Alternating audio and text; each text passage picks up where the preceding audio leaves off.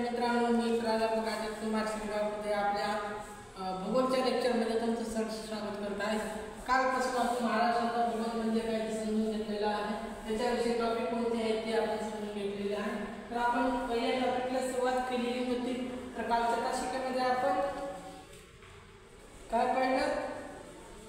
तर कालच्या तासिकेमध्ये महाराष्ट्र राज्य स्थान, त्यानंतर महाराष्ट्र अक्षांकीय रेखावृत्तीय विस्तार, त्यानंतर भारतातील महाराष्ट्राचे स्थान, लांबी, रुंदी व क्षेत्रफळ, नैसर्गिक सीमा, महाराष्ट्राचा सरहद्दी, राजकीय नकाशा आणि त्यानंतर प्रशासकीय स्वरूप नेमकं काय आहे ते समजून घेतलेलं आहे। तर बघा, प्रशासकीय स्वरूपामध्ये महाराष्ट्र स्थापनेच्या वेळी 1 मे 1960 रोजी महाराष्ट्रात 26 जिल्हे, 229 तालुके, 266 शहरे, 35,851 वस्ती असलेली, यानंतर अमरावती आणि नाशिक हे आपल्या कालच्या तासिकेला झालेला आहे। तर नवीन जिल्हा सिंधुदुर्ग, रत्नागिरी, त्यानंतर जालना, औरंगाबाद, लातूर, उस्मानाबाद, गडचिरोली, चंद्रपूर, मुंबई, त्याचा दिनांक आहे बघा 1 मे 1981, 1 मे 1981, 16 ऑगस्ट 1982, 26 ऑगस्ट 1982, 4 ऑक्टोबर 1990।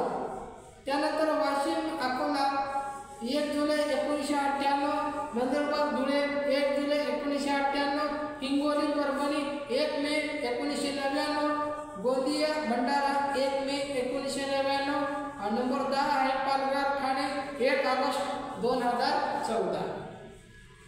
तर द्विभाषिक राज्याची स्थापना 1956, महाराष्ट्र राज्याची निर्मिती 1 मे 1960, कुलाबा जिल्हा बदलून रायगड झालेला आहे। तर 1 जानेवारी 1981 तुम्हाला महाराष्ट्राचा कसा दिसतो का?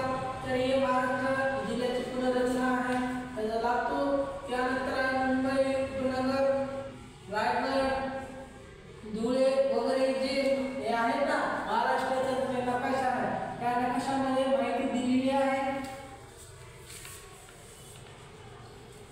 तर प्रशासकीय विभागानुसार मुंबई विभाग 47 तालुके आहेत, मुंबई उपनगर 3 तालुके वगळून पुणे विभागात 58 तालुके, नाशिक विभागात 54, तर औरंगाबाद विभागामध्ये 76 तालुके, अमरावती 56, नागपूर 64, याप्रमाणे 355 तालुके आहेत। तुम्हाला जर प्रश्न आला तर महाराष्ट्रात एकूण तालुके किती?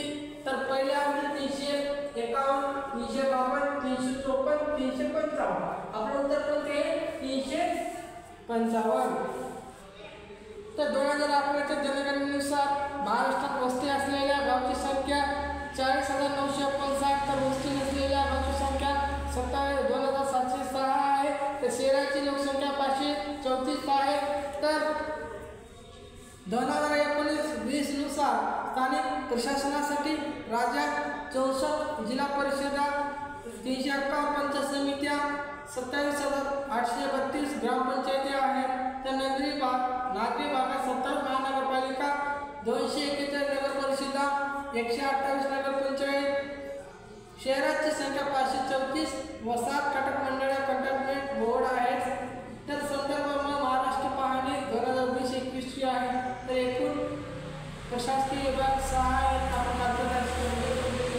पहिला आहे कोकण, दुसरा आहे पुणे विभाग, तिसरा आहे नाशिक, चौथा आहे औरंगाबाद, 5वा आहे अमरावती, 6वा आहे नागपूर।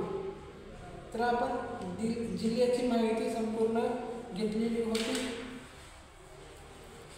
तर यानंतर आपला महाराष्ट्राचा नकाशा आहे। प्रशासकीय विभाग, कोकण विभाग, पुणे विभाग, औरंगाबाद विभाग, नाशिक विभाग, अमरावती विभाग। तर महाराष्ट्र प्रशासकीय विभागामध्ये 7 प्रशासकीय विभाग येतात। महाराष्ट्रात 1 मे 1960 मध्ये 26 जिल्हे होते, तर सध्या एकूण किती जिल्हे आहेत? 36 जिल्हे आहेत। महाराष्ट्रात सर्वात मोठा प्रशासकीय विभाग औरंगाबाद 8 जिल्ह्याचा, तर सर्वात कमी प्रशासकीय विभाग नाशिक होते। नाशिक, पुणे विभाग, अमरावती विभाग प्रत्येकी 5 जिल्ह्याचा समावेश होतो। हा तुम्हाला तक्ता दिलेला आहे, हा तक्ता। तर बघा, कोकण विभागामध्ये 47, मुंबईमध्ये 1 पण नाही, मुंबई उपनगर 3, ठाणे 7, पालघर 8, रायगड 15, रत्नागिरी 9, सिंधुदुर्ग 8। त्यानंतर पुणे विभाग, पुणे विभागामध्ये 58, पुणे 14, सातारा 11, सांगली 10, कोल्हापूर 12, सोलापूर 11. त्यानंतर नाशिक विभाग, नाशिक विभागामध्ये 54, त्याच्यामध्ये बघा नाशिक 15, अहमदनगर 14, धुळे 4, नंदुरबार 6, जळगाव 15. त्याच्यानंतर आहे औरंगाबाद विभाग म्हणजे छत्रपती संभाजीनगर विभाग, तर औरंगाबाद 9, जालना 8, बीड 11, परभणी 9, हिंगोली 5, उस्मानाबाद 8, लातूर 10, नांदेड 16. त्यानंतर अमरावती विभाग 56, अमरावती 14, बुलढाणा 13, अकोला 7, वाशिम 6, यवतमाळ 16. त्याच्यानंतर आहे शेवटचा आहे नागपूर विभाग, तर नागपूर विभागामध्ये 64 आहे तालुके, तर नागपूर 14, वर्धा 8, भंडारा 7, गोंदिया 8, त्यानंतर आहे चंद्रपूर 15 आणि गडचिरोली 12. तर मुंबई उपनगर वगैरे त्या जिल्ह्यात अंधेरी, बोरिवली, कुर्ला असे 3 तालुके असून ते फक्त शासकीय कारभारासाठी आहे. वरील 3 वगळल्यास कोकण प्रशासकीय विभागात एकूण 47 तालुके, एकूण महाराष्ट्र तालुक्यात बघा 355 तालुके आहेत. तर बघा क्षेत्रीय याच्यामध्ये बघा या तथ्यामध्ये तुम्हाला या जिल्ह्याची माहिती दिलेली आहे, तर तुम्ही पाहून घेऊ शकता. तर डायरेक्ट आपण मुद्द्यावर येणार आहोत. पाहणं झालं का तुमचं? हा तुमचा एक तक्ता आहे, तुम्ही स्क्रीनशॉट वगैरे काढून घेऊ शकता. हा नकाशा आहे. तर महाराष्ट्राच्या काही भागांना लागलेली वैशिष्ट्यपूर्ण प्रादेशिक नावे आहेत. कोकण, सुरुवातीला आपण कोकण म्हणजे काय याविषयी माहिती घेणार आहोत. पहिला आहे कोकण,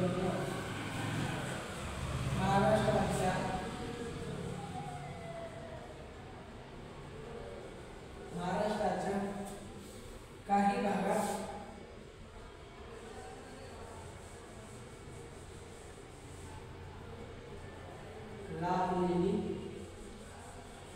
लाभलेली वैशिष्ट्यपूर्ण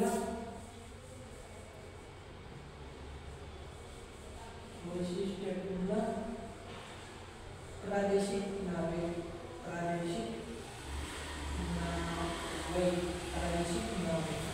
नावे कोणती? पहिला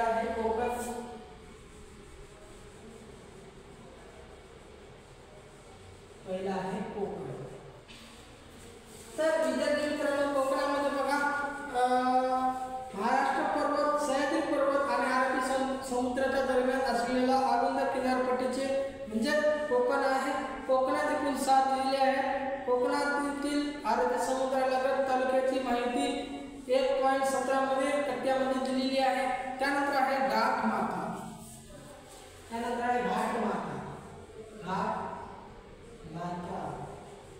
तर सह्याद्री पर्वताच्या उंचवट्याचा भाग म्हणजे घाटमाथा म्हणून ओळखला जातो. त्यानंतर आहे मावळ,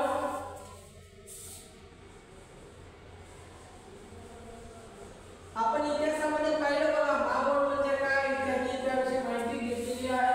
तर मावळ म्हणजे सह्याद्रीच्या पूर्वेकडील उतरणीचा भाग म्हणजे मावळ प्रांत या नावाने ओळखला जातो. त्यानंतर आहे देश,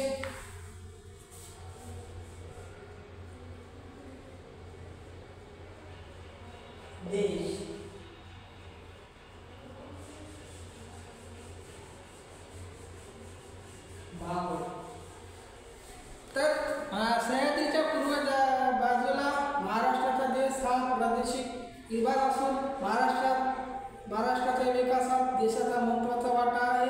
यामध्ये पुणे विभागातील पुणे, सातारा, सांगली, कोल्हापूर, सोलापूर 5 जिल्हे, तर नाशिक जिल्ह्यातील नाशिक, अहमदनगर या 2 जिल्ह्याचा समावेश होतो. या देशावर एकूण 7 तालुके आहेत. त्यानंतर आहे खानदेश,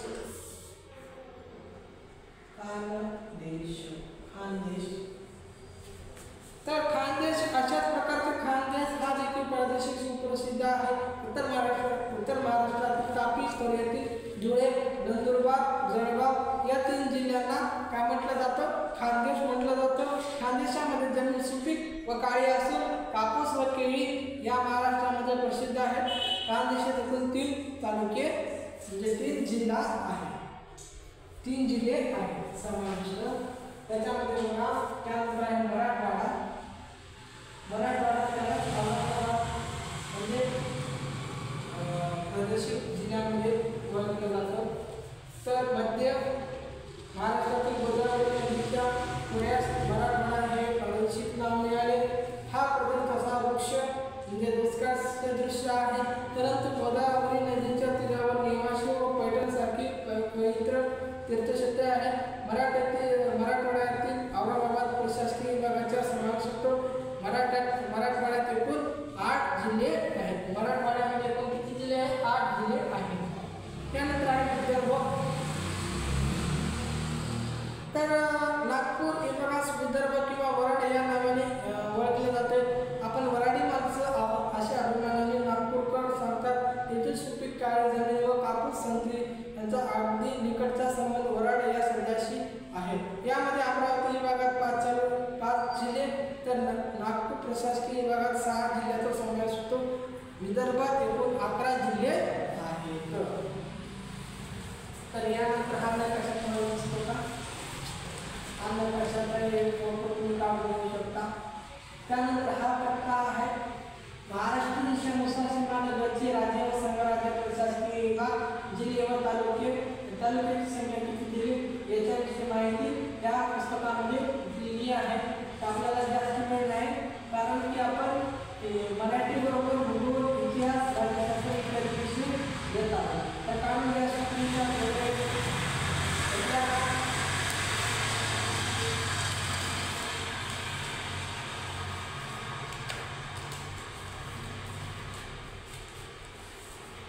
आणि असं एक स्क्रीनशॉट काढून घ्या 2 पेजेसचा हे आणि हे.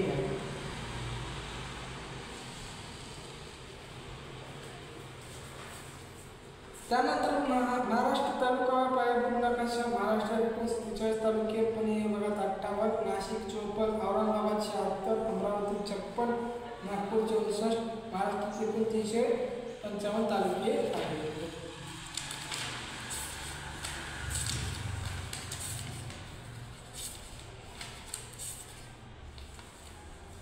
त्याच्यानंतर हा तालुक्याचा नकाशा आहे. हा स्क्रीनशॉट काढून घेऊ शकता काही तालुक्याचा नकाशा. त्यानंतर आहे मुंबई जिल्हे आहे. त्यानंतर आहे पुणे विभाग. त्यानंतर आहे नाशिक विभाग. त्यानंतर आहे औरंगाबाद विभाग, त्याची संपूर्ण तालुक्याची माहिती आहे. त्यानंतर आहे अमरावती विभाग. त्यानंतर आहे नागपूर विभाग. त्यानंतर कोकणातील जिल्हे, समुद्रलगतचे तालुके. तर अशा प्रकारे आपण महाराष्ट्राच्या भूमीगत प्रादेशिक नावे म्हणजे काय ते समजून घेतलेलं आहे. नकाशा म्हणजे काय ते नकाशाच्या दृष्टीने आपण संपूर्ण भाग समजून घेतलेला आहे. यानंतरचा शेवटचा भाग आहे ठाणे.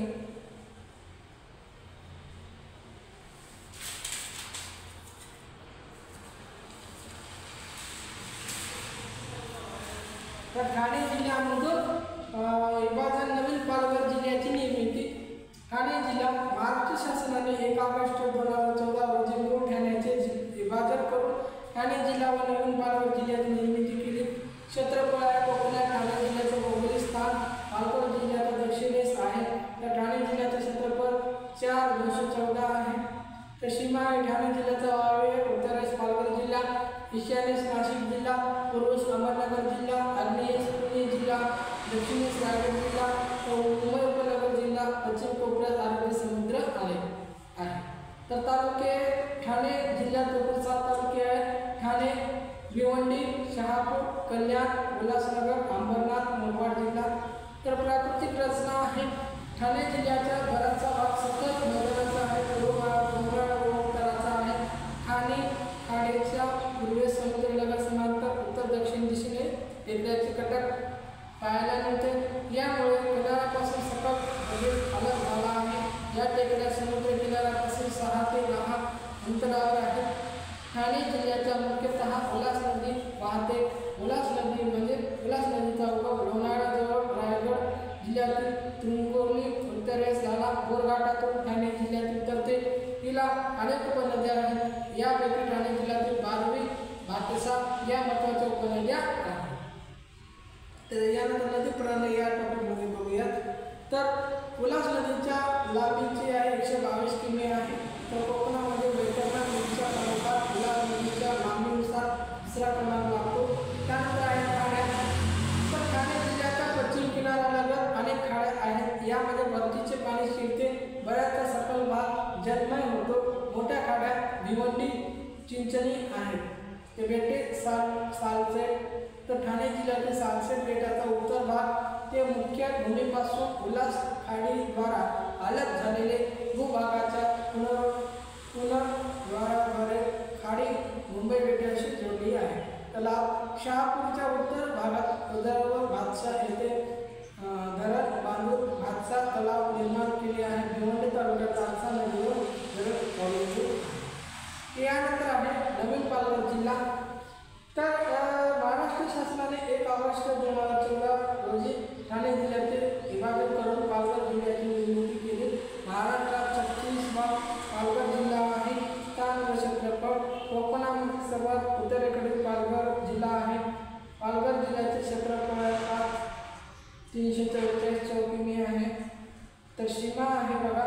उत्तरेला गुजरात जिल्ह्याचा वलसाड जिल्हा, केंद्रशासित प्रदेशचा दादर नगर हवेली, ईशान्य भागात नाशिक जिल्हा, दक्षिणेस ठाणे जिल्हा आहे. तर पश्चिमेला अरबी समुद्र आहे. पालघर जिल्ह्यात एकूण 8 तालुके आहेत. पालघर, तळासरी, डहाणू, विक्रमगड, जव्हार, मोखाडा, वाडा, वसई. तर प्राकृतिक रचना आहे. कोकणातील अति उत्तरेकडे पालघर जिल्हा असून एक सखल प्रदेश पूर्वेकडील सह्याद्री पर्वताच्या उत्तराचा भाग आहे. दक्षिण भागात उल्हास नदीचे खोरे डोंगराळ वैतरणा नदीचे अधूनमधून उंच वाट्याचे भागही आहेत.